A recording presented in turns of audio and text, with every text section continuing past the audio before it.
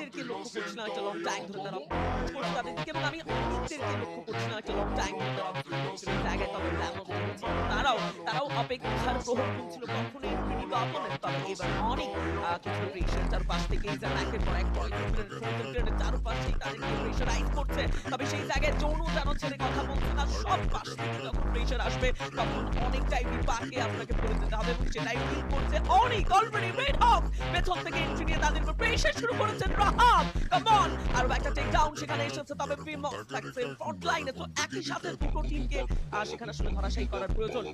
Okay I think তো এখানে গল্পের সমাপ্তি হয়ে যাবে অনেকের এবং ওদের সাথে ব্যাটল কন্টিনিউ করবে টিম রেড হক কারণ অনেক wipe out but oh my goodness মে জাত কুটুস এন্ড ব্লেডের প্রেশার পুরোপুরি ভাবে বেমনকে এবার যেন দিশে হারা করে তুলেছে রাজা শেষ হয়ে কোনো মতে মনসন ট্রাক বের হতে চাইলেও সুযোগ ছিল না কুটুস প্লেড প্রত্যেকেই যেন ঘিরে ফেলেছে তাকে এবং গাইস বি রেডি আরো একটি বুয়া তবে টিম বাংলাদেশ টিম রেড হকদের কাছে যাবে কিনা ফ্রন্ট লাইনে আমরা টোটাল উইনারদেরকে দেখবো Pakistani team versus Bangladeshi team কুটুসকে প্রথমে টেক ডাউন করা অপোনেন্টের সাইড থেকে ভালো প্রেশার আসছে টাইম টার্নার দিয়ে নিজেকে সেভ করার চেষ্টা করছেন team red hawk but no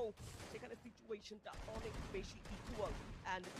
এই মোমেন্টে এসে আমার মনে হয় না রেড হক এই বুয়াটুকু একদমই হাতছাড়া করতে চাইবে তবে কি করা হবে down Last one athlete, total winner! And the booyah goes to Team